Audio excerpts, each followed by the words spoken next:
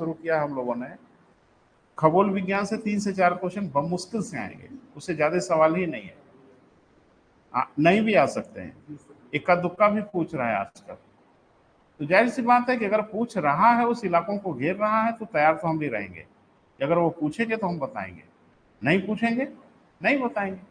और जो जो हम लोग पढ़ रहे हैं सब कुछ पूछेगा थोड़ी, लेकिन उसमें से कौन सा पूछेगा यही रहस्य है, और इसी रहस्य के चक्कर में हमको सब पढ़ना पड़ता है। यही है कंपटीशन, और क्या कंपटीशन। जरा चेक कर लेना बेटा, क्लियर है? हाँ। तो अभी हम लोगों ने क्या पढ़ा था बेटा, याद दिलाइए। हाँ ठीक है, 2 मिनट में रिवाइज कर देते हैं। अभी शुरू ही किया बेटा, तो समझ में आएगा। ये पूरा जो हम लोगों का ब्रह्मांड है, यूनिवर्स है, जिसमें अरबों खरबों तारे वारे दिख रहे हैं, ये आखिर बने तो होंगे ना कभी ना कभी, नहीं ऐसे प्रकट हो गए, तो ये बने होंगे।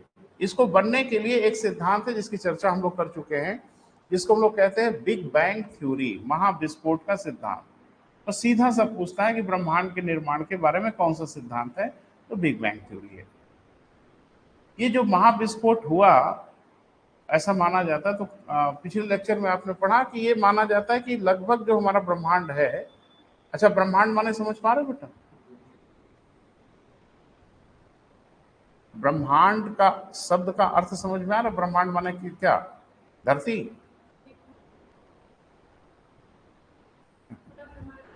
हाँ पूरा ब्रह्मांड। आदमी माने क्या, सभी आदमी ऐसी। हाँ, ब्रह्मांड का मतलब ये कि जितने तारे वारे जो कुछ भी दिख रहे हैं, और बहुत कुछ नहीं भी दिख रहे हैं हम लोगों को, क्योंकि पूरा ब्रह्मांड हमको दिखाई थोड़ा ही देता है ना बेटा। यहाँ अरबों खरबों तारे हैं, 100 200 400 नहीं, मिलियंस। आप, मैंने एक दिन कहा था ना कि तारे जितनी ऊंचाइयों पे हैं उसकी आप सिर्फ कल्पना कर सकते हैं, आप समझ नहीं पाएंगे तारे कितनी दूर पे हैं। और एक दिन मैंने आपको बताया था कि तारे इतनी दूर पे हैं कि मनुष्यों की तो औकात नहीं है। अगर आप 3 लाख किलोमीटर प्रति सेकंड की गति से चलें, कितना, 3 लाख किलोमीटर प्रति घंटा नहीं, प्रति सेकंड की गति से चलें, तो सूरज के बाद जो सबसे पास का तारा है, सूरज तो हम लोग सबसे पास का तारा है, लेकिन सूरज के बाद भी कोई पास का तारा होगा? बोल नहीं रहे। वहां तक पहुंचने में 4 साल लगेंगे। स्पीड पे थोड़ा ध्यान रखिएगा, 3 लाख किलोमीटर प्रति सेकंड, उतनी स्पीड तो धरती पे अभी तक किसी को मिली ही नहीं। और कुछ तो ऐसे है ना बेटा, 2-2 करोड़ साल लग जाएंगे अगर आप 3 लाख किलोमीटर प्रति सेकंड की स्पीड से चलें तो। बहुत दूर दूर है बेटा ये, कोई सूर्य से छोटा नहीं है जो भी तारे आपको दिखते हैं, क्लियर है? लेकिन वो इतनी दूरी पर हैं, वो खाली टिमटिमा रहे हैं। और जितनी दूरी पर सूरज है, अगर वो आ जाए उतनी दूरी पे, तो धरती जल के राख हो जाए। इतने बड़े बड़े तारे हैं, बहुत दूरियां हैं बेटा, ब्रह्मांड बहुत बड़ा है। अब हम मनुष्य कम से कम इस चीजों पे तो विचार करेंगे ही बेटा कि आखिर हमारा ब्रह्मांड कैसे बना होगा, कैसे निर्मित हुआ होगा। माथापच्ची करते हैं मनुष्य के जीवन में, यही सब काम है। तो उस पर कुछ वैज्ञानिक आए सामने, उन लोगों ने कहा कि आखिरकार ये ब्रह्मांड अगर है तो बना तो जरूर होगा, निश्चित रूप से बना होगा। और इसके बनने के बारे में अब तक हम मनुष्यों के पास सिर्फ एक ही सिद्धांत है, थ्योरी है, जिसका नाम है बिग बैंग थ्योरी। हाँ, इसके सपोर्ट में 2-3 सिद्धांत आए थे जो हमने चर्चा आपसे किया था। अगली हेडिंग बनाइए बेटा, आकाश गंगा। नेक्स्ट हेडिंग बनाइए क्या बेटा, गैलेक्सी या आकाश गंगा। ये सुना हुआ नाम है बेटा, नाम सुना है, बस ये हम पूछ रहे हैं। ये नाम सुना हुआ तो है ही है, आकाश गंगा। कभी ख्याल आया कि आकाश गंगा क्या होती है, क्या चीज होती होगी? पहला काम तो आपको ये करना है बेटा कि अपनी जिज्ञासा को बढ़ाना है। या तो आप नाम ही मत सुने, कोई जरूरत नहीं है नाम सुनने की, और अगर आप नाम सुने तो उसको जानने की कोशिश करिए। फिर मतलब क्या है मनुष्य के रूप में आपके होने का। और बहुत दुख होता है बेटा कि इस उम्र तक किया क्या आपने, खाया पिया सोया, यही जिंदगी बीती है। एक मनुष्य है आप, मनुष्य के रूप में आपके कोई दायित्व बनता है कि आपके आसपास क्या है, कैसे है, क्यों है, ये जाने, एक ह्यूमन के नाते। वो भी कोशिश नहीं किया। हाँ सुना तो सब कुछ है, लेकिन पता कुछ नहीं। ये कहा जाता है बेटा कि जब ब्रह्मांड निर्माण हुआ, जब ब्रह्मांड बना, तो एक धमाका हुआ, एक विस्फोट हुआ। जिस विस्फोट से पूरे ब्रह्मांड का निर्माण हुआ, उस विस्फोट को कहा जाता है महाविस्फोट का सिद्धांत। क्लियर है बेटा? तो जब विस्फोट होता है, जैसे बम भी फटता है, तो उसमें से क्या निकलते हैं? छर्रे, स्प्लिंटर्स निकलते हैं। ये जो विस्फोट हुआ, इसमें से आकाशगंगाएं निकली, गैलेक्सीज निकली। कितनी? हाँ, अरबों अरबों, अरब नहीं। हाँ, अरबों अरबों मतलब गल्फ कंट्री मत चले जाइएगा, है ना।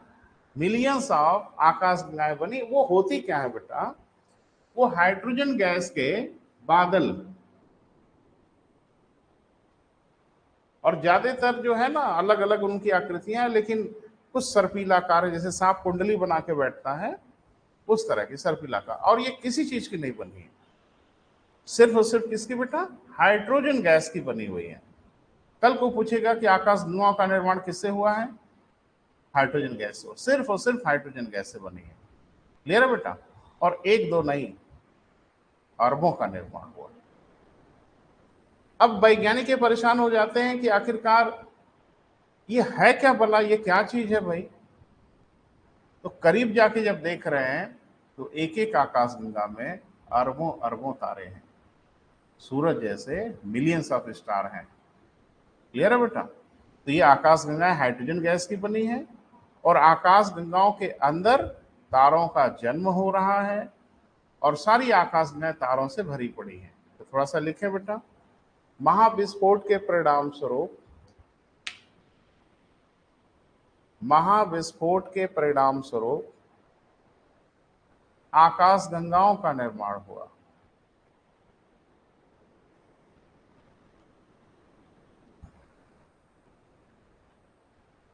महाविस्फोट के परिणाम स्वरूप किसका बेटा?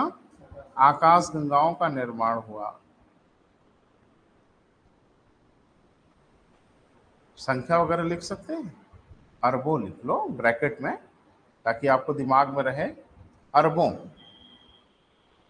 मिलियंस ऑफ गैलेक्सीज, है ना बेटा? आगे लिखें। ये आकाशगंगाएं, ये सब महत्वपूर्ण लाइन है बेटा परीक्षा के लिए। ये आकाशगंगाएं हाइड्रोजन गैस से बनी हैं।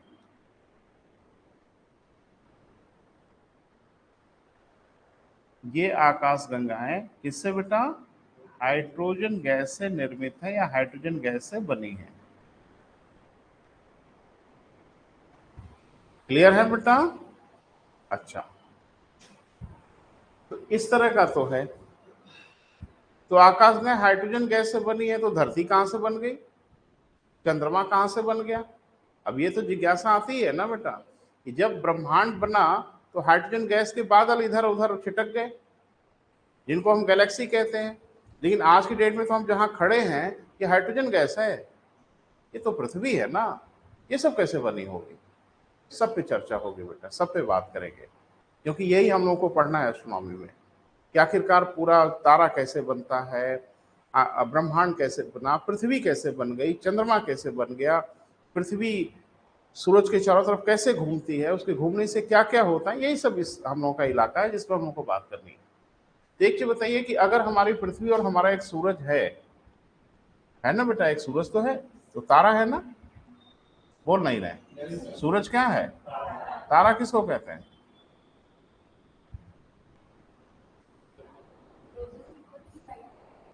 तारा क्या कहते हैं? तारा किसे कहते हैं? ग्रह किसे कहते हैं? कक्षा 5 के बच्चे से जाके पूछेंगे, वो बता देगा। किसी ठीक ठाक स्कूल में पढ़ने वाला 5th क्लास के बच्चे से पूछेंगे, बता देगा। और आपकी क्या परेशानी है कि आप सीधे इंस्टीट्यूट में आते हैं और ये समझ के कि ठीका इनको दे दिए हैं। अरे हमको तो दे ही दिए वो ठीका, आपका भी ठीका है, आपकी भी जिम्मेदारी है। या पूरा दिए हो हमको, तो चलो एक एग्रीमेंट कराएंगे कि नौकरी मिलेगी तो कम से कम 3 तनख्वाह मैं लूंगा। एक अरे कोई नहीं देता बेटा तनख्वाह उनका, और सारे बच्चे अपनी पहली पहली सैलरी मुझे दे देते तो पूछो ही नहीं। है ना। नहीं नहीं, इससे कोई प्रत्याशा नहीं है, बस ये है बेटा कि ये हम लोगों का मिला जुला प्रयास है। थोड़ा हम भी कोशिश करें, थोड़ा आप भी कोशिश करो, कुछ आप भी पढ़ो, आपको पढ़ तो सकते हो ना, पढ़ो। नहीं समझ में आएगा ना आए, और इस चक्कर में कि समझ में आएगा नहीं आप पढ़ना ही छोड़ दोगे, तो किताब लेके पढ़िए बेटा, समझ में आएगा तो ठीक, हम है ना समझाने के लिए, हम समझाएंगे आपको। लेकिन हाथ पे हाथ धरे बैठे हो और ये कि ये पढ़ाएंगे तो हम पढ़ेंगे, और ये पढ़ाएंगे तो भी नहीं पढ़ेंगे, तो परीक्षा हम देने नहीं जाएंगे, परीक्षा आप ही देने जाएंगे। तो उसको थोड़ा सा बेटा रिस्पॉन्स करिए, और मन बनाए हैं तो किताब खरीदिए, और थोड़ा थोड़ा घर पे किताबों को पढ़ने की शुरुआत करिए। समझ में आए ना समझ में आए, काट नहीं लेगी वो, ये किताब कहेगी काहे खोले काहे पढ़े, अब काटेंगे हम।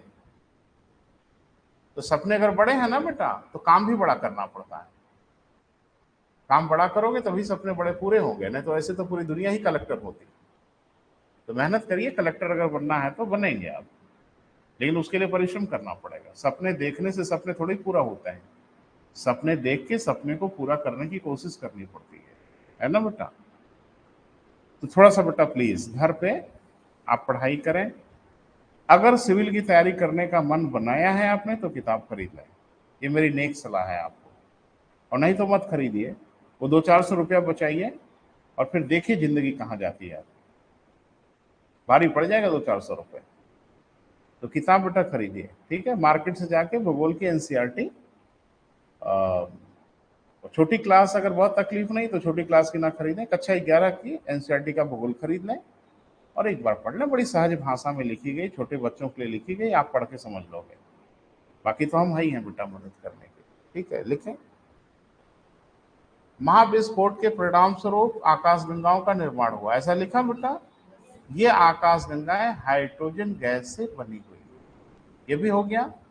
लिखें, स्पष्ट है, स्पष्ट है ब्रह्मांड में सबसे अधिक मात्रा में, स्पष्ट है ब्रह्मांड में सबसे अधिक मात्रा में कौन सी गैस है बेटा, है जोर से बोलो। जाहिर सी बात है, अगर हर आकाशगंगा हाइड्रोजन गैस से बनी है और पूरे ब्रह्मांड में आकाशगंगा आकाशगंगा ही भरी पड़ी है, तो पूरे ब्रह्मांड में सबसे अधिक मात्रा में बताना है अलग से। पूरे ब्रह्मांड में कौन सी गैस है बेटा, हाइड्रोजन गैस है। क्यों? क्योंकि ब्रह्मांड में खाली आकाशगंगाएं हैं, हर आकाशगंगा हाइड्रोजन गैस से बनी है, तो जाहिर सी बात है ब्रह्मांड में सबसे अधिक मात्रा में हाइड्रोजन गैस है। अब थोड़ा सा सुनिए और समझिए। और एक बात कि ठीक है, हम आपको क ख ग घ से पढ़ाएंगे, इसमें कोई शक नहीं है, लेकिन कभी आना चाहिए। आप कहेंगे नहीं सर कभी बता दीजिए, तो देखो उतनी नाक में दम करो ना जितना संभव है। तो कुछ चीजें हम आपसे उम्मीद करेंगे कि आपको आना चाहिए, और नहीं तो बड़ी मुसीबत हो जाएगी बेटा। जल्दी भी करना है, और एसडीएम से छोटा पद भी नहीं चाहिए, तो थोड़ी मुसीबत तो है ना। परमाणु ऊर्जा का नाम सुना है? एटॉमिक एनर्जी का नाम सुना है? परमाणु से ऊर्जा कैसे निकलती है? माचिस से जलाते हैं।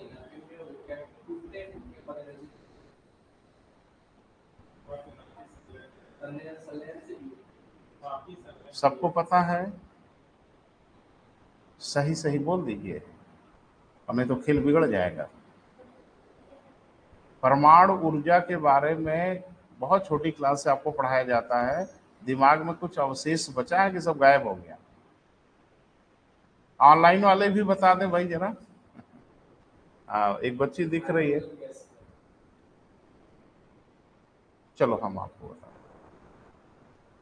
पहले एक लाइन लिखो फिर बात करते हैं। लिखें, आकाशगंगाओं में, आकाशगंगाओं में तारों का निर्माण होता है। आकाशगंगाओं में किसका बेटा, तारों का निर्माण होता है।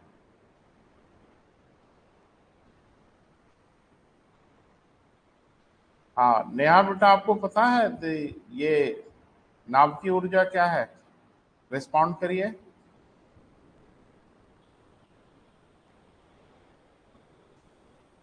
थोड़ा सा बात हम करेंगे। एक बात तो समझ में आई कि महाविस्फोट हुआ तो आकाशगंगाएं बनी। आकाशगंगा किससे बनी है बेटा?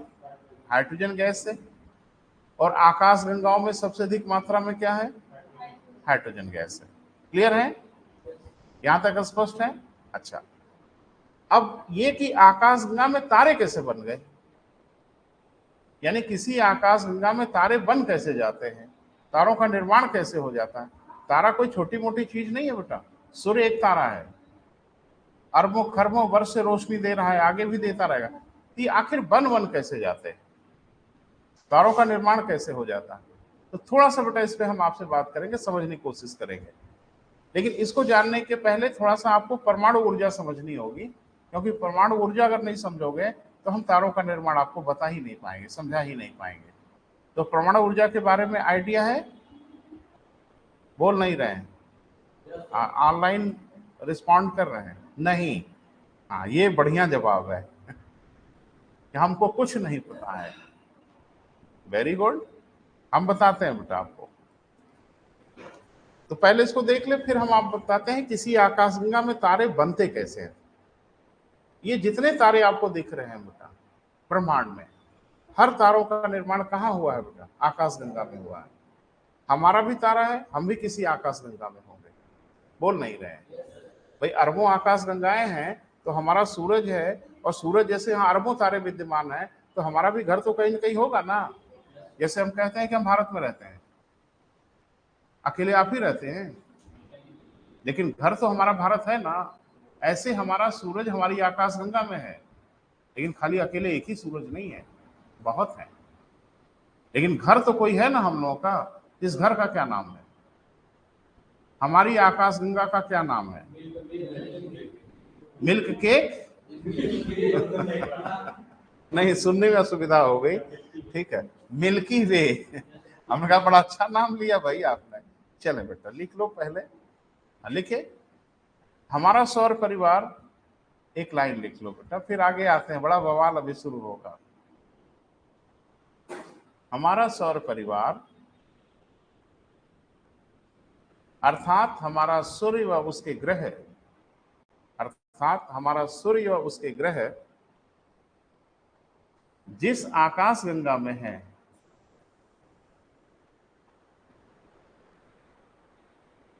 जिस आकाशगंगा में है उसे मिल्की वे कहते हैं।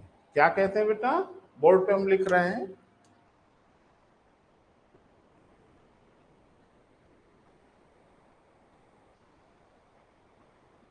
हिंदी में दुग्ध मेखला कहते हैं। क्या कहते हैं बेटा? दुग्ध मेखला या मिल्की वे कहते हैं। ये भी आपसे पूछा गया, सब कुछ बेटा पूछा जा रहा है। हमारी आकाशगंगा का क्या नाम है, क्यों ना पूछा जाए आपसे। क्लियर है बेटा? इसकी आकृति कैसी है, यह भी आपसे पूछा गया है, वो भी लिख लें। लिखिए, यह सर्पिलाकार है।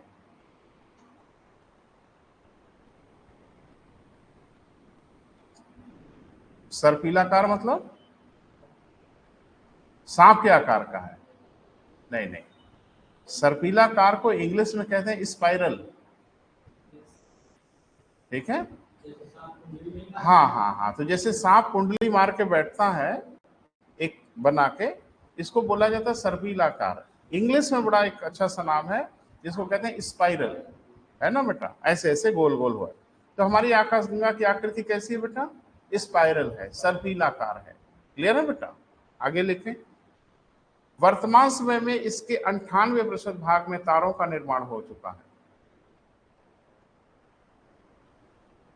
वर्तमान समय में इसके 98% भाग में किसका बेटा? तारों का निर्माण हो चुका है। 98% बेटा। वर्तमान समय में इसके 98% भाग में किसका बेटा? तारों का निर्माण हो चुका है। क्लियर है? अच्छा, अब एक हेडिंग बनाइए, फिर हम आपको कुछ समझाते हैं। तारों का जन्म व तारों की मृत्यु। तारों का जन्म व तारों की मृत्यु।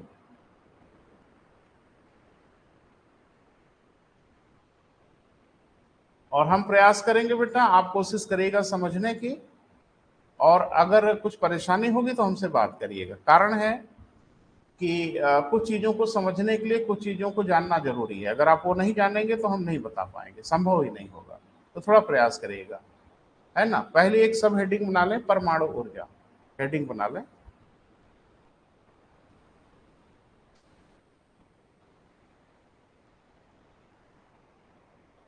एटॉमिक एनर्जी, और थोड़ा सा समझने की कोशिश करिएगा बेटा, है ना। हम समझा लेंगे, कोई ऐसा मुश्किल नहीं है।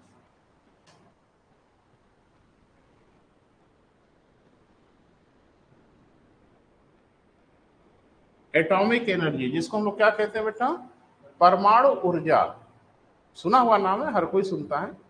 तो ये परमाणु ऊर्जा क्या होती है बेटा, ये किस तरह से ऊर्जा की प्राप्ति होती है, थोड़ा इसको समझते हैं। इसको हम लोग हिंदी में क्या कहते हैं बेटा,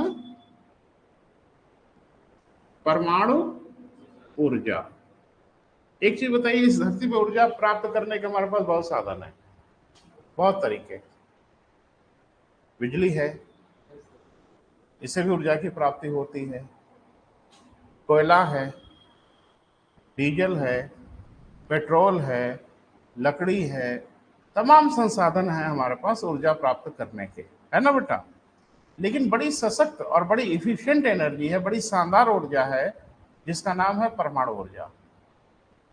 अब ये कैसे ऊर्जा उत्पन्न हो जाती है परमाणु से, इसी को थोड़ा समझना है। परमाणु ऊर्जा दो प्रकार से बेटा प्राप्त की जा सकती है, इसके दो तरीके। क्लियर है।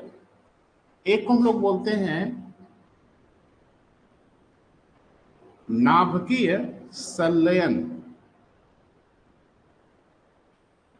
क्या कहते हैं बेटा, एक प्रकार है जिसको लोग कहते हैं नाभिकीय संलयन, और एक प्रकार है, बोले बेटा, नाभिकीय विखंडन। इससे भी ऊर्जा की प्राप्त होती है। तो परमाणु से ऊर्जा प्राप्त करने के हमारे पास दो तरीके हैं। अंग्रेजी लिख दो, आप कुछ बच्चे अंग्रेजी में कंफर्टेबल होते हैं तो इंग्लिश में देख लो। इसको कहते हैं फ्यूजन। क्या कहते हैं बेटा, फ्यूजन। और इसको कहते हैं फिशन। अंग्रेजी का शब्द है, उसे घबराइए मत। संलयन माने आपको हिंदी नहीं आएगी, आपको अंग्रेजी नहीं आएगी, आपको साइंस नहीं आएगा, आपको इतिहास नहीं आएगा, आपको कुछ नहीं आएगा, हम क्या कर सकते हैं। संलयन फारसी भाषा का शब्द है, जो भाषा भी आपको नहीं पता है, अरे नहीं पढ़ा है तो अलग बात है, हिंदी के शब्द का कुछ मतलब तो पता होना चाहिए। इसमें भूगोल और संविधान और फलाना ढिमाका से क्या मतलब है। संलयन माने क्या होता है, जोड़ना। और विखंडन माने क्या होता है, तोड़ना। ये हिंदी के शब्द हैं भैया, उनके अर्थ तो बताएं, बाकी समझाना समझाना मेरा काम है। तो एक बात कि जोड़ना और तोड़ना, यही मतलब है ना। संलयन माने जोड़ के और विखंडन माने तोड़ के, यानी नाभिकीय ऊर्जा जोड़ के और तोड़ के दोनों तरीके से मिलती है। बोल नहीं रहे। अब कैसे जोड़ के और कैसे तोड़ के, इसको थोड़ा विस्तार से समझना है। ये देखा जाता है कि हाइड्रोजन को जब आपस में जोड़ा जाता है, फ्यूज किया जाता है, तो ऊर्जा निकलती है। इसको हम लोग क्या कहते हैं, नाभिकीय संलयन। हल्के नाभिक को जब आपस में जोड़ दिया जाता है, इस प्रोसेस को कहा जाता है नाभिकीय संलयन, और ऊर्जा इससे भी निकलती है। विखंडन, भारी नाभिक को जब तोड़ा जाता है तो भी ऊर्जा निकलती है। ध्यान रखना, हल्के नाभिक को नहीं तोड़ सकते, उसके लिए सब निर्धारित है कि किसको तोड़ना है और किसको जोड़ना है, वो फिक्स है। जब जोड़ने वाला काम करना होता है तो हाइड्रोजन को लेते हैं, और तोड़ने वाला जब काम करना होता है तो यूरेनियम को लेते हैं, और किसी को नहीं लेते, क्योंकि वो है ही है ऐसा को काम कर जाता है। तो विखंडन के लिए किसका प्रयोग करते हैं, यूरेनियम का, और जोड़ने के लिए हाइड्रोजन गैस का। क्लियर है बेटा। तो जब हाइड्रोजन गैस को आपस में जोड़ते हैं तो हीलियम में बदलती है। हाइड्रोजन गैस को जब आपस में जोड़ा जाता है, कैसे जोड़ा जाता है? अरे गोंद वोंद ले वही लगा के जोड़ा जाता हो नहीं हाँ, बॉन्ड उनका वो जुड़ता है, और ये काम होता है बहुत हाई टेम्परेचर पे। बहुत हाई टेम्परेचर होगा तभी हाइड्रोजन आपस में जुड़ती है, नहीं तो हाइड्रोजन गैस आपस में नहीं जुड़ती। तो हाई टेम्परेचर हो, हाइड्रोजन गैस हो, नाभिक संलयन होगा, ऊर्जा निकल जाएगी। बोल नहीं रहे। विखंडन के लिए हम लोग किसका प्रयोग करते हैं? यूरेनियम का। यूरेनियम कहाँ मिलता है? बहुत देशों में मिलता है। हाँ, तो वास्तव में जो यूरेनियम होता है ना बेटा, 235 और यूरेनियम 238, सॉरी, दो समस्थानिकों के रूप में मिलता है, आइसोटोप्स के रूप में मिलता है। अब कहेंगे समस्थानिक क्या होता है, तो नहीं बताएंगे। आपको पता है तो बड़ा अच्छा है, हम आपको सब कुछ थोड़ी बता पाएंगे, कुछ आपको भी आना चाहिए। छोटी क्लास में पढ़ा है समस्थानिक, समभारिक, परमाणु क्रमांक, परमाणु भार। नहीं पढ़ा है तो एक बार पलट के देख लेना, ये सब की अब जरूरत पड़ेगी आगे, है ना। 12 यानी दो समस्थानिकों के रूप में प्राप्त होता है। ये वाला बेकार होता है, मानी ये हमारे काम का नहीं होता। तो संलयन के लिए, अभिखंडन के लिए किसका प्रयोग करते हैं? यूरेनियम 235 का प्रयोग करते हैं, विखंडनीय पदार्थ है। क्लियर है बेटा? तो जब इसको तोड़ा जाता है तो दो हल्के नाभिक बनते हैं, ऊर्जा निकल आती है। अब ये बड़े आश्चर्य की बात है कि यार ये जोड़ने पे और तोड़ने पे ऊर्जा कैसे निकल जाती है। तो ये आइंस्टाइन ने बताया था। आइंस्टाइन ने एक फार्मूला दिया था, कभी साइंस वाइंस पढ़े होंगे बचपन में, E is equal to mc²। E for energy, ऊर्जा के लिए उन्होंने बताया था। C for speed of light, speed of light, और M माने मास, द्रव्यमान। अब ये क्या है मैटर, उसको जरा समझना है। जैसे गणित में आप पढ़ते हो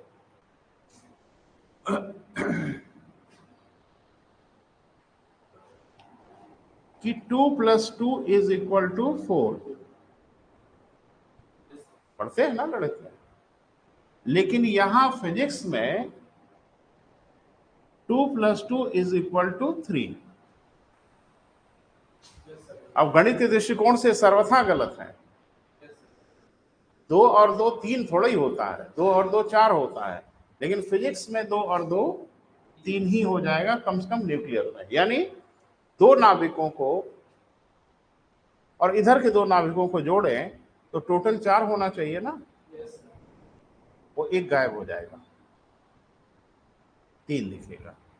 नहीं समझ पा रहे हैं? 2 ग्राम का एक, हम उदाहरण दे रहे हैं, 2 ग्राम का नहीं कोई होता, बस आपको उदाहरण से समझाने की कोशिश करते हैं। 2 ग्राम का पदार्थ और 2 ग्राम का पदार्थ आपस में अगर जोड़ें तो टोटल 4 ग्राम होना चाहिए ना। लेकिन जब जोड़ दिया तो मालूम चला कि वो 3 ग्राम आ रहा है। 1 ग्राम कहां गया? वही ऊर्जा में बदल गया, E is equal to mc² में। इसको फिजिक्स की भाषा में कहा जाता है द्रव्यमान क्षति, रिडक्शन ऑफ मास। ये जो द्रव्यमान क्षति हुई उससे ऊर्जा बन जाती है। तो जब जोड़ते हैं तो भी द्रव्यमान गायब हो जाता है। देख रहे हैं, 2 और 2 में 4 होना था, 3 हुआ, द्रव्यमान गायब हुआ। वो द्रव्यमान कन्वर्ट हो जाता है किसमें बेटा? ऊर्जा में।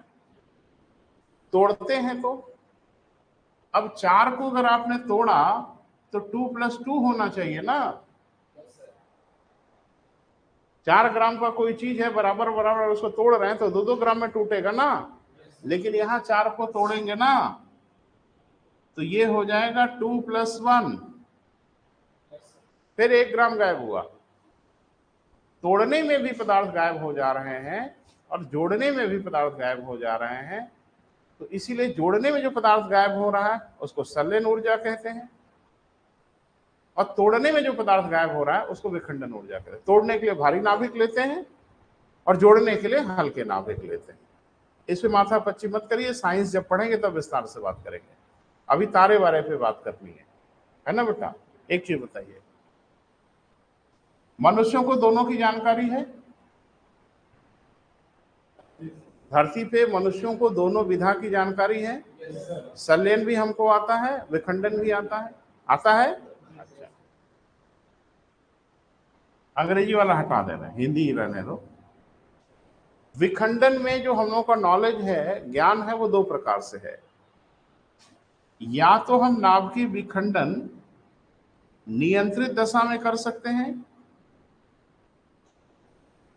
कंट्रोल कंडीशन में, और एक अनियंत्रित दशा में कर सकते हैं। मतलब नाभ की जब विखंडन होता है तो एक ऐसा विखंडन हो जिसपे हम लगाम हमारे हाथ में रहे, कि हम चाहें कि धीमा हो जाए, हम चाहें तो तेज हो जाए, ये रहे। और एक जिसपे हम मनुष्यों का कोई नियंत्रण, शुरू तो कर देंगे, अंत आप नहीं करेंगे, अब अंत वो करेगा। तो जिसको आप कंट्रोल कंडीशन में कर पाए वो नियंत्रित कहलाएगा, और जो आप कर तो दें लेकिन आपके नियंत्रण में न रह जाए वो क्या कहलाएगा? अनियंत्रित। तो मनुष्यों को आज की डेट में दोनों की जानकारी है। विखंडन में जो तकनीक है दोनों की जानकारी। इसका जब हम लोग प्रयोग करते हैं तो रिएक्टर बनाते हैं, न्यूक्लियर रिएक्टर, जिसे बिजली बनाते हैं। और रिएक्टर कोई परमाणु बम नहीं है, लेकिन ध्यान रखना परमाणु बम हो जाएगा अगर नियंत्रण हट गया तो।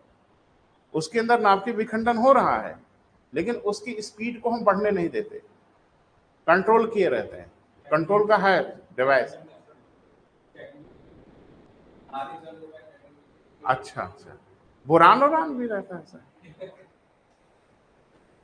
कैडमियम बोरान वो सब अभी नहीं पढ़ रहे हैं बेटा ना। लेकिन ये है कि न्यूक्लियर रिएक्टर से हम बिजली बनाते हैं, और न्यूक्लियर रिएक्टर विखंडन पे आधारित होते हैं, और उसको हम कंट्रोल किए रहते हैं कि वो जब देखते हैं कि रिएक्शन अगर तेज हो रहा है तो फिर धीमा कर लेते। वो ऐसे समझो ना जैसे गाड़ी का एक्सीलेटर, गाड़ी की स्पीड आपके हाथ में रहती है, जब चाहेंगे तेज करेंगे, जब चाहेंगे धीमा करेंगे। तो न्यूक्लियर रिएक्टर में जो कंट्रोल होता है वो हम मनुष्यों के हाथ में होता है। हम चाहते हैं रिएक्शन तेज करना तो तेज कर देंगे, और हम चाहेंगे रिएक्शन कम करना तो कर देंगे। वो मुद्दा नहीं है बेटा अभी चर्चा का, अभी चर्चा कोई दूसरा ही मुद्दा है। और अनियंत्रित परमाणु बम बनाते हैं, बस दाग दीजिए, उसके बाद आप कुछ नहीं कर पाएंगे। एक ने कहा फिर कौन करेगा? फिर बम करेगा। जो करना होगा वो कौन करेगा? बम करता है। तो क्या है? अनियंत्रित दिशा में आता है। अब इधर आइए, नाभ की संलयन भी दो प्रकार से हो सकता है। हाँ बिल्कुल, नियंत्रित और अनियंत्रित। क्लियर है बेटा? ये आता है हम लोगों को। हाँ जी, ये वाला आता है, और इसका प्रयोग करके हम हाइड्रोजन बम बनाते हैं। हाइड्रोजन बम संलयन पे आधारित होता है, परमाणु बम विखंडन पे आधारित होता है। तो हाइड्रोजन बम तो बना लेते हैं, लेकिन संलयन पे आधारित रिएक्टर आज तक नहीं बना पाए टिल टू डेट। हम नहीं, पूरी धरती पर कोई नहीं बना पाया। कोशिश हो रही है बेटा, और जिस दिन ये कोशिश सफल हो जाएगी उस दिन ऊर्जा की समस्या इस धरती से हमेशा के लिए खत्म हो जाएगी। लेकिन अभी कोशिश हो रही है, मनुष्य सफल नहीं हुआ। और एक मजेदार बात आपको बताऊं, ये जितने तारे हैं, जितने तारे हैं वो संलयन पे आधारित रिएक्टर ही तो हैं, और क्या है? अरे भैया जी, जितने तारे हैं क्या वो नाभ की संलयन पे आधारित रिएक्टर नहीं है? वहां हाइड्रोजन गैस है, हाइड्रोजन गैस आपस में संलयित हो रही है, हीलियम बन रही है, साथ में आपको ऊर्जा मिल रही है। कितनी शानदार ऊर्जा का स्रोत है सूर्य। कोयला और डीजल और पेट्रोल जला के आप इतनी ऊर्जा प्राप्त कर लेते, लेकिन सूर्य परमाणु ऊर्जा है, निरंतर ऊर्जा दे रहा है, करोड़ों वर्षों से ऊर्जा दे रहा है, करोड़ों वर्षों तक देता रहेगा। लेकिन एक बात तो तय है कि अनंत काल तक नहीं देगा। क्यों? क्योंकि उसके पास हाइड्रोजन अनंत नहीं न है, हाइड्रोजन जल रही है, ऊर्जा मिल रही है। एक न एक दिन उसकी सारी हाइड्रोजन गैस तो खत्म हो जाएगी ना, फिर भरेंगे जाके हाइड्रोजन गैस। मनुष्यों की औकात है नहीं, फिर वो रिएक्टर खत्म हो जाएगा, फिर वो रिएक्टर समाप्त। ये प्रकृति की गजब लीला है। ये जितने तारे हैं बेटा, जितने तारे हैं, वो सिर्फ संलयन पे आधारित एक रिएक्टर है, जिसको मनुष्यों ने नहीं बनाया।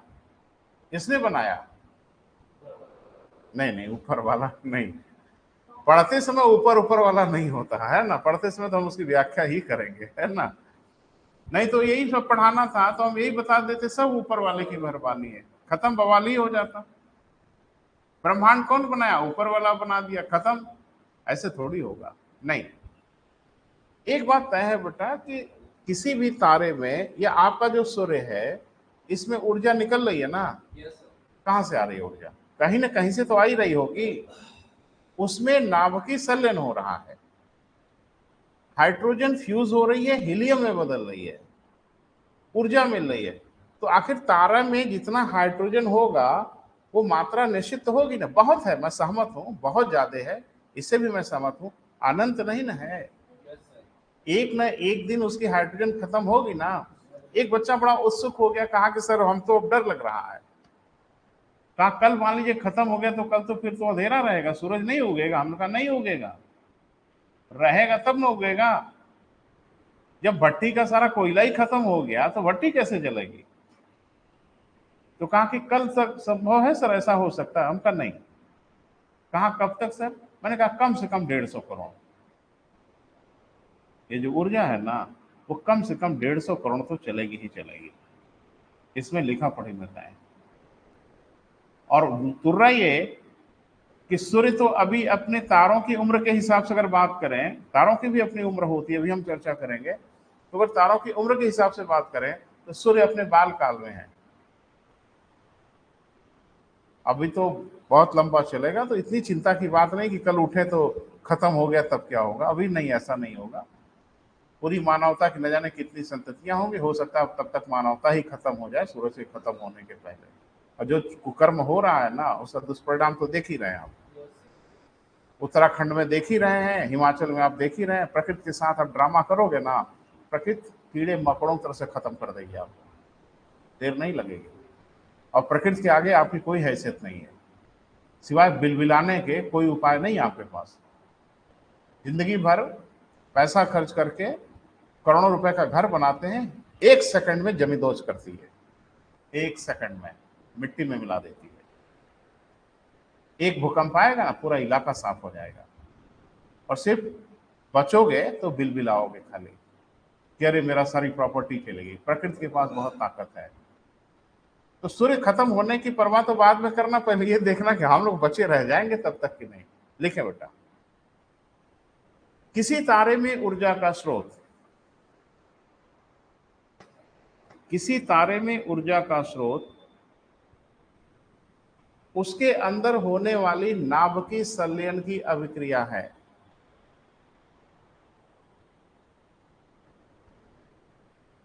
किसी तारे में ऊर्जा का स्रोत उसके अंदर होने वाली नाभिकीय संलयन की अभिक्रिया, भूलिएगा नहीं। किसी तारे में ऊर्जा का स्रोत क्या है बेटा? नाभिकीय से अंडरलाइन कर लीजिए ताकि आपको याद रहे। किसी तारे में ऊर्जा का स्रोत उसके अंदर होने वाली नाभिकीय संलयन की अभिक्रिया हो। क्लियर है बेटा?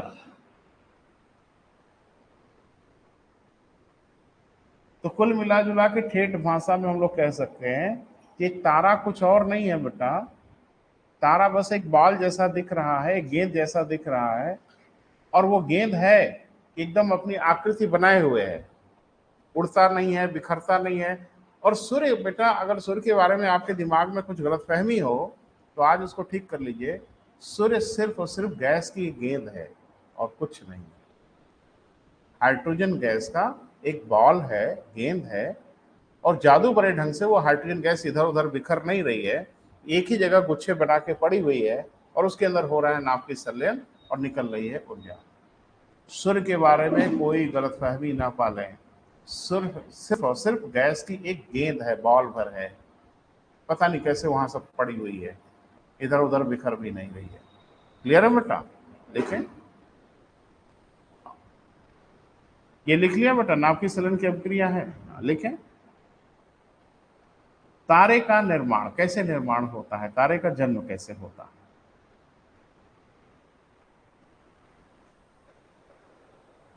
तारे का निर्माण या तारे का जन्म,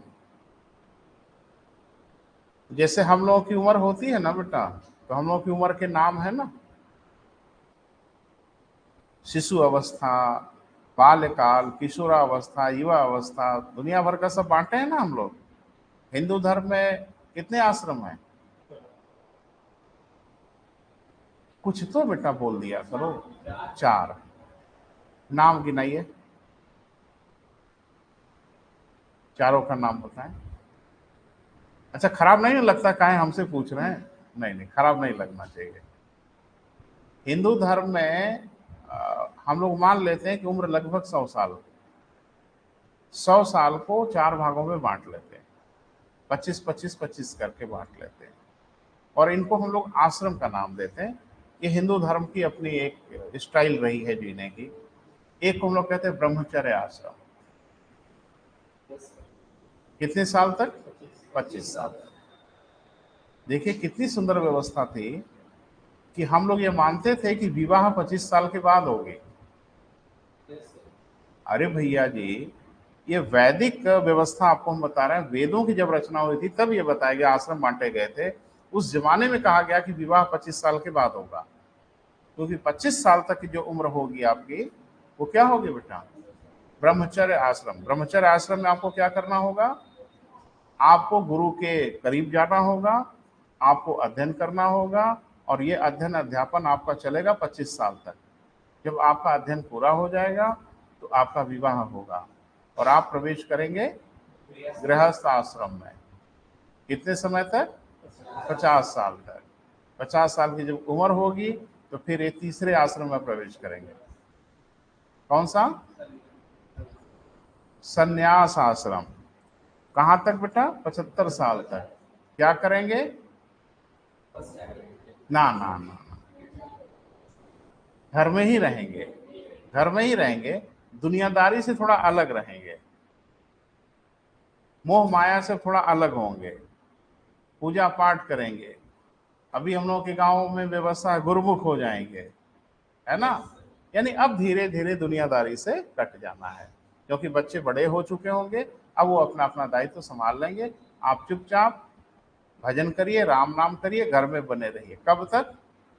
75 साल की उम्र तक। अगर 75 साल तक निपट गए तो बड़ा अच्छा है, और नहीं निपटे तो निपटाए जाएंगे आप। यानी आपको भेज दिया जाएगा जंगल में।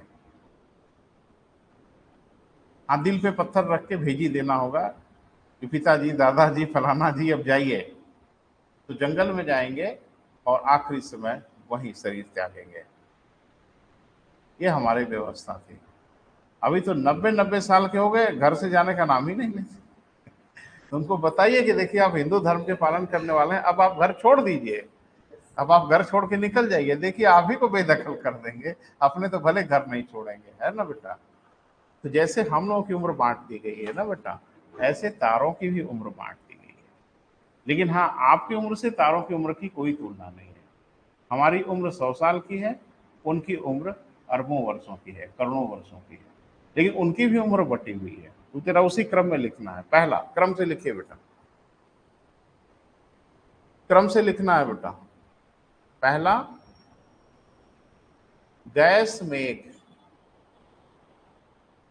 गैस एक के नीचे एक लिखना होगा बेटा, ऐसे पैराग्राफ मत बनाइएगा, 1 2 3 करके लिखिएगा, सब याद रखना होगा। पहला क्या बेटा? गैस मेघ। अच्छा रुको रुको, घबरा रहे हो आप तो, मुझे इसको मैं मिटा दूं?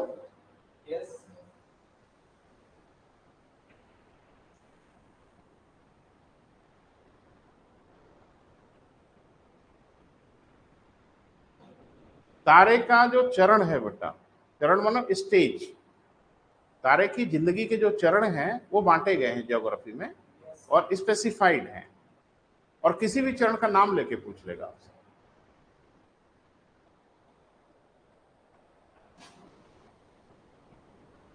चरण किसके बेटा?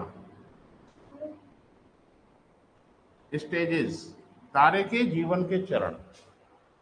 तो मैं क्रम से लिखूंगा, आप भी क्रम से लिखिएगा, लेकिन पहले देख लीजिएगा उसके बाद लिखिएगा। भागने की और जल्दबाजी करने की जरूरत नहीं है। पहला कहते हैं गैस मेघ। मेघ माने बादल। इसको इंग्लिश में कहते हैं क्या बेटा? गैस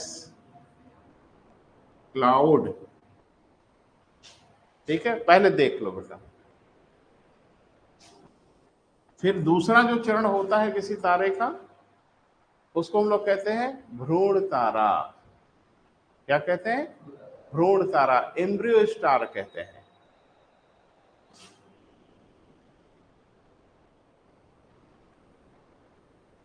भ्रूण तारा।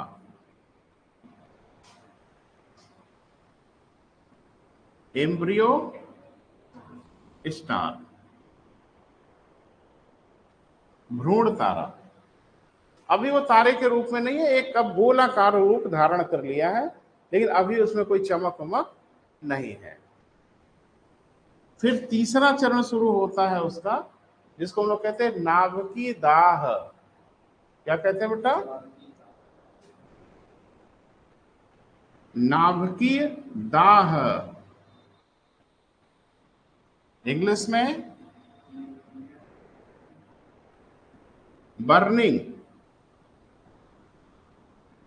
न्यूक्लियर बर्निंग, नाभिकीय दाह कहते हैं। क्लियर है बेटा? कुछ सोच रहे हो आप? बोल दो क्या सोच रहे हैं। अब उधर लिखे क्या, आप तो नीचे चला जाएगा, पता नहीं दिखेगा कि नहीं। आपको दिख जाएगा। तो तीसरे चरण तक पहुंच गए। फिर चौथा चरण है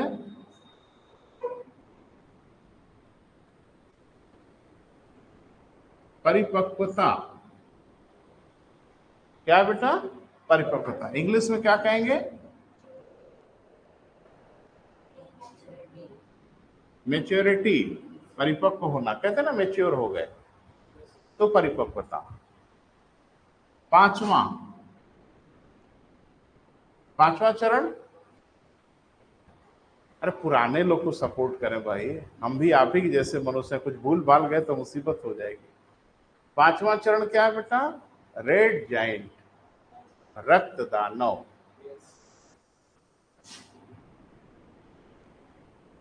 रक्त दानव।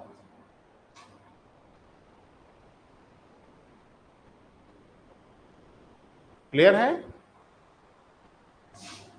छठवां चरण है सुपर नोवा।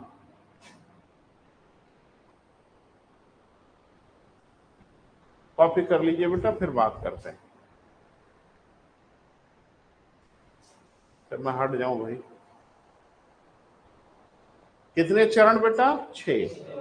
पहला चरण है गैस मेघ, दूसरा चरण है भ्रूण तारा, तीसरा चरण है नाभिकीय दाह, चौथा चरण है मैच्योरिटी यानी परिपक्वता, पांचवा चरण है रक्त दानव रेड जाइंट, और छठवां चरण है सुपरनोवा। सुपरनोवा माने द एंड, सुपरनोवा माने अंतिम संस्कार, सुपरनोवा माने हिंदू धर्म के हिसाब से 16वां संस्कार है ना, अंतिम क्रिया।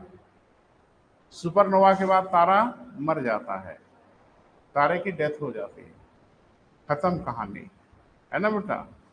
बहरहाल याद रहेगा, याद रखना पड़ेगा। मुश्किल काम है, हाँ मुश्किल है, होना भी चाहिए, क्योंकि नौकरी पाना ही मुश्किल काम है। तो मुश्किल मुश्किल काम करना पड़ेगा तभी नौकरी मिलेगी।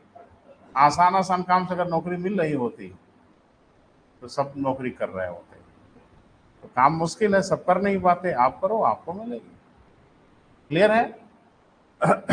ये सुपरनोवा क्या है बेटा, उस पर थोड़ा सा बात करेंगे आपसे। हेडिंग बना लीजिए, सुपरनोवा।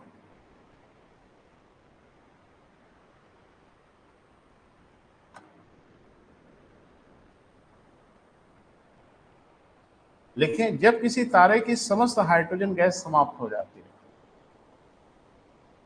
जब किसी तारे की समस्त हाइड्रोजन गैस समाप्त हो जाती है तो, अरे उसमें जल क्या रहा है बेटा? हाइड्रोजन गैस जल रही है।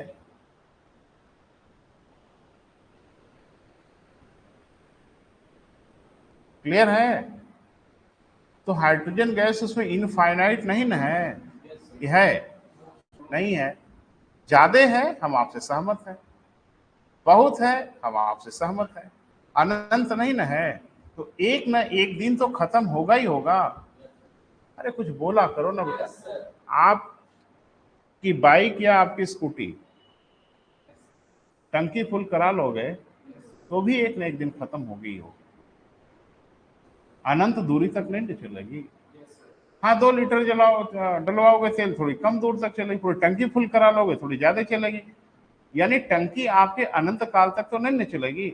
एक बच्चे ने कहा कि सर, अगर मान लीजिए हम अपने बाइक के पीछे एक तो टैंकर जोड़ के चले, तेल वाला। हम कहा यार ये तो बड़ा खतरनाक आदमी है। कह रहा कि तेल का टैंकर ही लेके चले। हम कहे तेल के टैंकर में कितना तेल आता है? कहा ये नहीं पता। हम कहा हम बता रहे हैं, 12,000 लीटर। 12 KL 10 KL के टैंकर होते हैं। केल माने किलो लीटर, 1000 को किलो बोला जा सकता है। तो मान लीजिए 10,000 या 12,000 लीटर का टैंकर लेके पीछे चलो, वो भी अनंत चलेगा। एक न एक दिन उस टैंकर का भी तेल खत्म हो ही जाएगा। अभी तक तो मुझे लगता है 2-3 टैंकर तेल डलवा ही चुके होंगे गाड़ी में। अरे भाई, एक एक 1.5-1.5 लीटर के हिसाब से अगर जोड़ो तो 1000, 1,500, 2,000 लीटर तेल तो डलवा ही चुके होंगे, उससे ज्यादा ही। कुछ बच्चे तो दिन भर सड़क पे ही नजर आते हैं। तो एक बात मुझे बताइए, टैंकर नहीं, जो मन करे वो कर लो, तेल तो आपका एक दिन खत्म होना ही है। वही। जी बेटा। मांग मांग के। हाँ हाँ, इसे मांग से चलते तो पूरी दुनिया ही चल जाती है ना।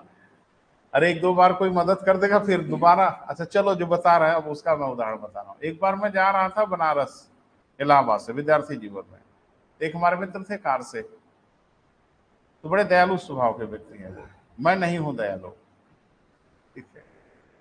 नहीं, दयालु मैं हूँ ऐसा नहीं है, लेकिन उजड़ रहूं साथ में कोई दया नहीं दिखाता। तो बड़े बेचारे। तो हुआ क्या, हम लोग एक ढाबे पे रुके खाना खाने के लिए। तो भाई थोड़ा नाश्ता वास्ता कर लेते हैं। तब तक एक आदमी आया, एकदम दीनहीन दशा में। कहा साहब खाना खिला दीजिए हमको। अब ये एक मनुष्य के रूप में तो नैतिकता एकदम आपकी होनी चाहिए कि अगर आप खाना खाने जा रहे हैं, कोई आदमी हाथ जोड़ के खड़ा हो जाए कि 3 दिन से खाना नहीं खाए साहब, खाना खिला दीजिए, तो मुझे लगता है कि आप मना कर नहीं सकते किसी हालत में। तो ये हुआ कि ठीक है, जाके वहां बैठ जाओ। और फिर होटल वाले से हम लोगों ने बोल दिया कि भाई जो ये खाना खाना चाहते हैं इनको खाना खिला दीजिएगा, और पेमेंट हम लोग लास्ट में कर देंगे। अब जाके बैठ गए एक टेबल पे, जो जो उसका मन किया होगा खाया होगा। नहीं, हम लोग देख नहीं रहे थे, हम लोग तो अपना खाना पीना खा रहे थे, लेकिन ये बोल दिया गया कि उसको खाना खिलाइएगा और उसका पेमेंट हम लोग कर देंगे। ढाबा था, तो ढाबे वाले क्या फर्क पड़ता है, जब आप तैयार हो गए तुम खाना खिला देते। खाना वाना खैर खा लिया साहब। हाँ, ओके, फिर आया। कहा बहुत बहुत धन्यवाद, आप लोगों का 3 दिन से खाना नहीं खाए थे। ये अंड बंड लगा बोलने, ये आशीर्वाद वो आशीर्वाद, तो ठीक है, हो गया। खाना खा लिए ना, अब जाए। कह रहा कि यहाँ से घर मेरा 70 किलोमीटर, कैसे जाएंगे? अब समझ में आ रहा था उसका इरादा। तो कहा कि साहब 200 रुपया दे देते तो घर चले जाते। समझ गया कि पार्टी ठीक है, रेंज वाली पार्टी है। तो 200 रुपया दे देते तो घर चले जाते। कहा 200 किराया है? कहा नहीं सर, 100 रुपया भी अगर हो तो काम चल जाएगा हमारा। खैर 100 रुपया उसको उन्होंने हमारे वेटर ने दे दिया। हम लोग फिर आगे बढ़ गए, भूल उल गए, दिमाग उमाग से निकल गया। भाई ठीक है, गरीब आदमी था, कहीं से इधर उधर फंस गया होगा। खाना भी खिलाया, 100 रुपया भी लिया, चला गया। 3-4 महीने के बाद हम लोग फिर लौट रहे थे, और वो फिर आ गया हम लोग का। पहचान तो गया तुरंत। अब वो भागने के फिराक में था। ये हुआ कि ना ना ना, खाना खिलाते हैं, 100 रुपया दे देंगे, बैठो यहीं। अब वो आया तो, लेकिन अब उसे रंग नंबर डायल हो गया, क्योंकि वो ठीक से नहीं पहचान पाया कि यही लोग हैं जिनको अभी 2 महीना पहले काम किए थे इन लोगों का। और हम लोग तो पहचान लिए कि तो वही आदमी है, तो बैठो चुपचाप, हिलना मत यहाँ से। अब वो भागने के फिर आपको का नहीं, भागना तो नहीं, भागोगे तो दिक्कत हो जाएगी, तो यही बैठो चुपचाप। खैर हम लोग खाना वाना खाए और फिर ये हुआ कि इसको गाड़ी में बैठाते हैं, कहा कि तुम्हारे घर छोड़ के आते हैं, बैठो गाड़ी में। अरे अरे हम चले जाएंगे, ना ना ना ना, कार से छोड़ेंगे तुम्हारे घर, बैठो। बैठाए, हम लोग इलाहाबाद लेके चले आए, बनारस से। और वही नैनी वाला झूसी वाला जो पुल है ना, उसी पुल पे गाड़ी रोके। हम कहे भैया इसको नहला दिया जाए क्या संगम में, आज मोक्ष मिल ही जाए इसका। हमको उतरो, चल के संगम में नहलाते हैं तुमको। उसको लगा डुबो देंगे लोग, मार डालेंगे, घबरा रहा था, तो लगा चीखने चिल्लाने। ये हुआ कि अब इसको ले चला जाए, तो फिर हॉस्टल में लेके आए हम लोग। ये हुआ कि तुम ये कब से कर रहे हो, कहा बहुत दिन से कर रहे, यही करते ही रहते हैं। ये हुआ कि अब ये मत करो। तो मेस वेस हॉस्टल में रहता है ना, मेस भाई जहाँ खाना वाना बनता है, तो मेस वाले को उसको सौंप दिया गया, कहा कि किसी काम वाम करवाओ और खाना वाना इसको खिलाते रहो, नहीं तो फोकट वाला आदत इसको पड़ गई है, वो ठीक नहीं है। तो भैया ये कै दिन चलेगा मांगने वाला, है ना कभी तो गड़बड़ा ही जाएगा ना। कह रही ये तो हैबिचुअल लग रहा है भाई। एक आध दिन आप सड़क पे बोल सकते हो, अरे भैया तेल खत्म हो गया, थोड़ा सा दे दीजिए। रोज रोज करोगे तो गड़बड़ हो जाएगा। 12 हाँ, नहीं वो नहीं मांग पाएगा बेटा, इसलिए कि अभी तारे का निर्माण होता कैसे है ये आपको आइडिया नहीं है, वो मैंने बताया नहीं कि तारे का निर्माण कैसे होता है। वो आपकी मनोदशा देख के मैंने नहीं बताया, वो लोड संभाल नहीं पाओगे। देखो गंगा तो हम छोड़ देंगे, शंकर बनना पड़ेगा, है ना। पता नहीं समझ पा रहे हो कि नहीं। गंगा मैं छोड़ूंगा, शंकर बनने के लिए तैयार रहिए। हाँ, और नहीं तो साथ में खुद ही बह जाओगे। तो उतना ही मुझे छोड़ने दो जितना संभाल पाओ, है ना, नहीं तो मुसीबत हो जाएगी। हाँ हाँ हाँ हाँ। तो जो बच्चे कहते हैं नहीं और तो ठीक है, बस संभाल के दिखाओ, तो हम और फोर्स में छोड़ते हैं। तो इसीलिए छोड़ा नहीं बेटा, थोड़ा रुक गए, नहीं तो था बहुत कुछ। तारे बनते कैसे है ना बेटा, बड़ा कॉम्प्लिकेटेड फिनोमेना है। और ये पूरा जो खेल होता है, वो खेल खेलता है सिर्फ गुरुत्वाकर्षण, ग्रेविटेशन। जानते हो क्यों? सुन लो। अब आप ही ने थोड़ा उत्प्रेरित कर दिया, तो मैं थोड़ा सा बात कर लेता हूँ। नाभिक संलयन के लिए क्या क्या जरूरी होता है? वैसे आप टीचर भी हैं, पढ़ाते हैं, थोड़ा आइडिया होगा। नाभिक संलयन के 2 चीजों की आवश्यकता होती है, एक तो हाइड्रोजन गैस, और दूसरा बहुत हाई टेम्परेचर चाहिए, बहुत उच्च तापमान चाहिए। धरती पे हम ये कर लेते हैं, कैसे कर लेते हैं? परमाणु बम से। ये बड़ी मजेदार बात है कि हाइड्रोजन बम को दागने के लिए परमाणु बम पहले दागा जाता है। जब एटम बम फायर किया जाता है तो उतना टेम्परेचर प्रोड्यूस करता है, तब नाभिक संलयन हो पाता है। मेरी बात समझ पा रहे हैं? वहां कौन परमाणु बम दाग दिया? आखिर वहां कहां से टेम्परेचर आया?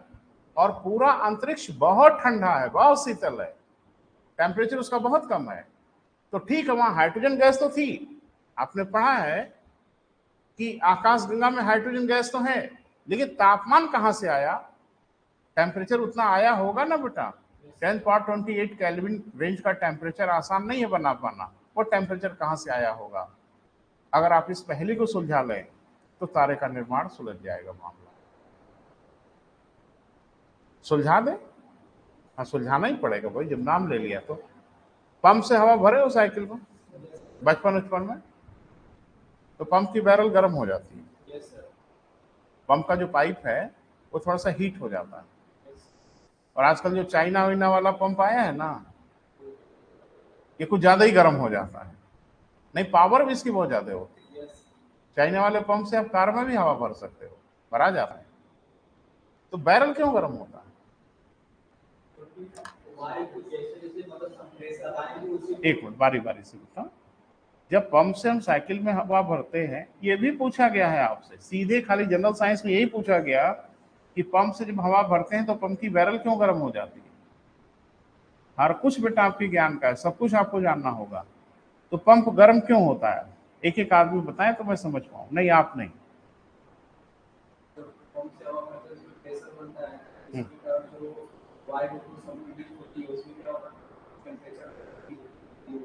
हाँ, थोड़ा टेक्निकल पहलू की तरफ जाने की जरूरत नहीं है, वो कॉम्प्लिकेटेड हो जाएगा। इसको कहते हैं एडियाबैटिक टेम्परेचर चेंज, रोधोष्म ताप परिवर्तन कहते हैं। यानी बिना ताप को लिए दिए ताप बदल जाए। तो होता क्या है कि वो जब गैस को हम दबाते हैं, कंप्रेस करते हैं, तो उतने गैस का टेम्परेचर जहां तक फैला है वो सारा टेम्परेचर इतने में आ जाता है और यूनिट एरिया का टेम्परेचर बढ़ जाता है। ढेर सारे हमारे मित्रों को समझ में आता है कि घर्षण के कारण गर्म होता है, फ्रिक्शन के कारण। ऐसा बिल्कुल नहीं होता। फ्रिक्शन के कारण थोड़ा बहुत हो सकता है फर्क पड़ता हो, लेकिन जो टेम्परेचर इतना तेज बढ़ता है वो सिर्फ गैस को संपीड़ित करने से, कंप्रेस करने से बढ़ता है। ध्यान रखना, गैसें जब कंप्रेस होंगी तो उनका टेम्परेचर बढ़ जाएगा, और कंप्रेस गैस को जैसे रिलीज करोगे उसका टेम्परेचर घट जाएगा। ये तो पता है ना? नहीं पता है तो बता तो दिए ना। अब चलिए आकाशगंगा में चलते हैं। वहां हाइड्रोजन गैस है, तापमान बिल्कुल नहीं है, टेम्परेचर जरूर बढ़ा होगा, तभी नाभिक संलयन हुआ होगा, क्योंकि बिना उस टेम्परेचर के नाभिक संलयन हो ही नहीं सकता। अब ये खेल खेलता है गुरुत्वाकर्षण। जैसे हाइड्रोजन गैस के बड़े से पुंज को वो घेर लेता है, अपनी गिरफ्त में लेता है। और गुरुत्वाकर्षण बल, अगर इसीलिए हम कह रहे थे ना कि गंगा ना छोड़े तो बेहतर है, छोड़ेंगे तो बह जाएंगे आप। तो मैंने कहा, कई बार कहता हूं हंसी मजाक में कि गंगा तो हम छोड़ देंगे बेटा, इसमें शक नहीं है, लेकिन शंकर बनने की मादा रखना होगा, हैसियत रखनी होगी कि आप छोड़िए हम संभालते हैं। हम छोड़ दें संभालना तो छोड़ दो, उसी पता नहीं कहां बह के चले गए तो क्या मतलब है इसका? ऐसे पढ़ाने का कोई मतलब नहीं है। तो होता यह है बेटा कि गैस, गुरुत्वाकर्षण बल आपने पढ़ाई है। गुरुत्वाकर्षण बल का नियम यह है कि जैसे ही वो पदार्थ करीब करीब होंगे, आर घटेगा तो बल बढ़ जाएगा। फार्मूला पढ़ा है ना, m1 m2 upon r square. तो आर जैसे ही घटेगा, आर मतलब दूरी, वैसे बल बढ़ जाएगा। गुरुत्वाकर्षण बल जब उनको घेरता है, गैसों के बहुत बड़े पुंज को घेर लेता है, तो सेंटर की ओर सबको आकर्षित करने लगता है, खींचने लगता है। वो जैसे पास पास आते हैं उनके बीच की दूरी घटती है, द्रव्यमान तो वही रहता है, दूरी घटती है, बल बढ़ जाता है। और ये प्रक्रिया है कि रुकती ही नहीं, चल पड़ती है। अब वो बाल को और छोटा करता है, और छोटा करता है, और छोटा करता है, ये प्रक्रिया अब चल पड़ती है। और छोटा करते करते उस लेवल पे लेके चला आता है कि कंप्रेस हो जाने से उसके कोर का टेम्परेचर बढ़ने लगता है। लेकिन गुरुत्वाकर्षण है कि मानता ही नहीं। और फिर वो टेम्परेचर बढ़ते बढ़ते इतना टेम्परेचर बढ़ जाता है, और गैसों को भागने कौन नहीं देता? गुरुत्वाकर्षण। वो थामे रहता है, भागने नहीं देंगे। कंप्रेस कर रहा है, कंप्रेस कर रहा है, कोई दीवार नहीं बनी है बेटा, कोई बाउंड्री नहीं बनी है, लेकिन एक अदृश्य बाउंड्री है, सबको घेर के रखे हुए है, और उस बाउंड्री का नाम है गुरुत्वाकर्षण बल, जो किसी हाइड्रोजन गैस को भागने नहीं देगा। और कोर का टेम्परेचर बढ़ते बढ़ते बढ़ते बढ़ते इतना बढ़ जाए कि नाभ के संलयन की प्रक्रिया शुरू हो जाए, तारे का निर्माण हो जाता है। क्लियर है बेटा? हाँ, सुपरनोवा हेडिंग बना लो और 2 लाइन लिख लिया जाए कम से कम। आज लिखें, जब किसी तारे की समस्त हाइड्रोजन गैस समाप्त हो जाती है, लिखें, तो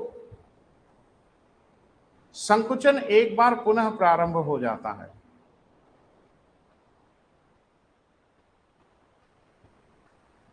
संकुचन एक बार पुनः प्रारंभ हो जाता है। ठीक है बेटा? तथा तारे में एक विस्फोट हो जाता है।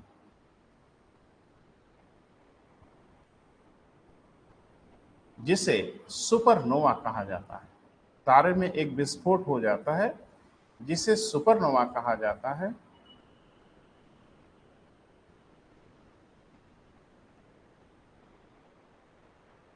सुपरनोवा के समय कुछ देर के लिए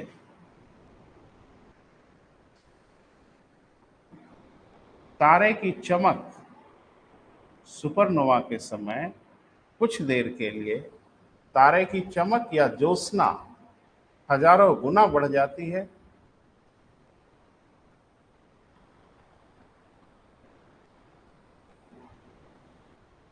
तथा तारा सदैव के लिए समाप्त हो जाता है।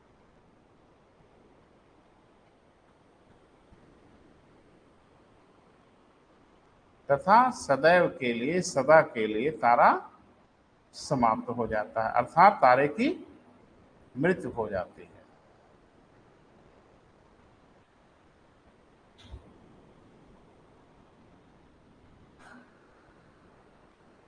ठीक है बेटा। अब असली बवाल है जो कंपटीशन के लिए बहुत जरूरी है। लिखें, सुपरनोवा के उपरांत निम्न स्थितियां होती हैं। बस आज यहां तक हेडिंग बना लो, आगे बात करेंगे। सुपरनोवा के उपरांत निम्न स्थितियां होती हैं।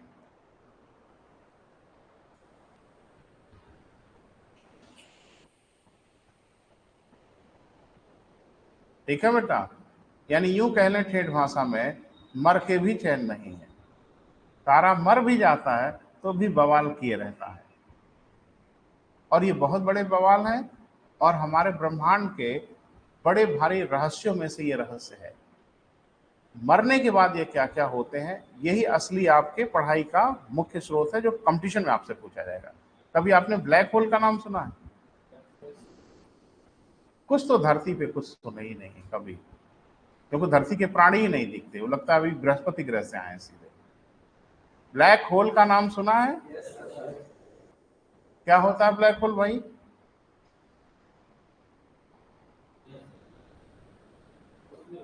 काला छेद? हाँ, थ्योरी क्या भाड़ में है, थ्योरी उरी हम नहीं पूछ रहे हैं, थ्योरी तो हमको पढ़ाना ही है। ये ब्लैक होल आखिर है क्या भला, ये क्या चीज है? हाँ जी, तारे जब मर जाते हैं, जैसे आदमी मर जाता है भूत बन जाता है, ये सब नहीं, कुछ बदमाश टाइप के आदमी जब मरते हैं तो मरने के बाद भी चैन नहीं लेते ना लेने देते हैं, है ना, तो वो भूत बन जाते हैं। ये तारों के भूत हैं, अगर ठेठ भाषा में कहो, ये तारों के भूत हैं। और ये भूत जब पकड़ते हैं ना आदमी वाले, तो झाड़ फूंक से उतर भी जाते हैं, और वो भूत जब पकड़ेगा ना तो कभी नहीं उतरता। ब्लैक होल इतनी खतरनाक चीजें हैं ब्रह्मांड की कि उनकी अगर चपेट में आए तो कहानी खत्म है। ठीक है, तो आज यहीं तक, थोड़ा रहस्य रहने दीजिए, फिर अगले लेक्चर में विस्तार बात करते हैं। ठीक बेटा, थैंक यू।